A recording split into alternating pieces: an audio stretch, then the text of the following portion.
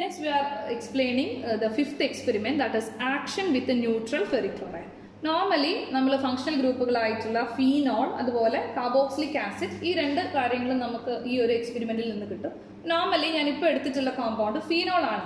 അപ്പോൾ ഈ ഫീനോളിലുള്ളത് ഫസ്റ്റ് ചെയ്യേണ്ടത് we want to prepare the alcoholic solution of the compound. So the compound is already taken in the boiling tube, and to that you just added the alcohol. Here it is, the ethanol is taken.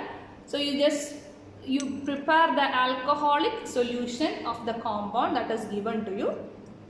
And preparing the alcoholic solution, ഇനി നമ്മൾ ശ്രദ്ധിക്കേണ്ട ഒരു കാര്യം, add to this alcoholic solution of the compound add a few drops of neutral ferric chloride.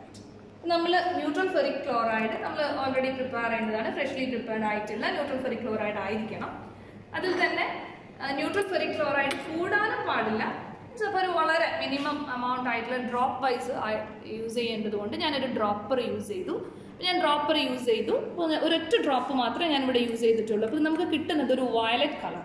അപ്പോൾ ഇതിൽ നിന്ന് തന്നെ നമുക്ക് മനസ്സിലാക്കാം ഈ ഒരു കുറച്ച് ന്യൂട്രൽ ഫെറിക് ക്ലോറൈഡ് കൂടിയിട്ടുണ്ടെങ്കിൽ ഒരു കുറച്ച് ഡാർക്കിഷ് ആയിട്ട് വരും. അപ്പോൾ നമുക്ക് കുഴപ്പമില്ല, നമ്മൾ എത്തനോളിൻ്റെ ചെറിയൊരു മീൻസ് എമൗണ്ട് കുറവുള്ളത് കൊണ്ടായിരിക്കാം ഇവിടെ കറക്റ്റായിട്ട് നമുക്ക് വയലറ്റ് കളർ കിട്ടിയിട്ടുണ്ട്.